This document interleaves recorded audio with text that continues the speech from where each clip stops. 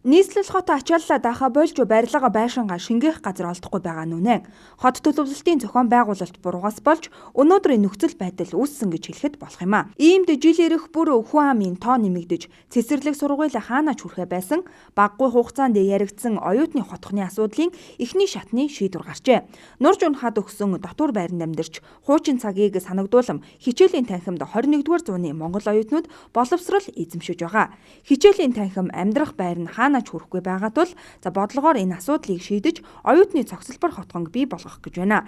Түүнийг нийслэлийн багнуур дүүрэгт байгуулах нь зүйтэй хэмээн үзсэн байна. Ер нь бол олон улсын жишг хандлага бол ихтэй сургуулиудыг нэг дор төлрүүлж оюутны отхон кампус маягаар хөгжүүлдэг энэ жишг хандлагаар цаашд одоо засгийн газраас барьж байгаа бодлого гол нь.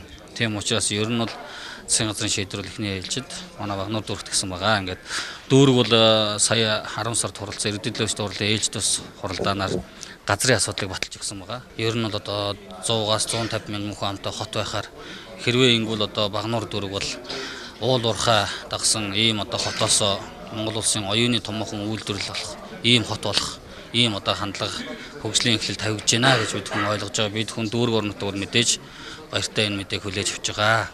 Их уурхайг түшиглэн тулгын чулууга тулж байсан багнуур дүүрэг нөгөө 30 жилийн түүхтэй 30 гаруй мянган хүн амтай. Хөгжиж яваа залуу хот мөн залуусын дүүрэг гэдгээ. Иймдээч улсын хэмжээний оюутны хотхонг байгуулахаар болсонд дүүргийн удирдлагууд талархаж байна. Учир нь хүрээгээ тэлж аж үйлдвэр ажлын байр нэмэгдэж хөгжөхөд нэг чухал алхам болно гэдэгт тэд итгэж байгаа юм.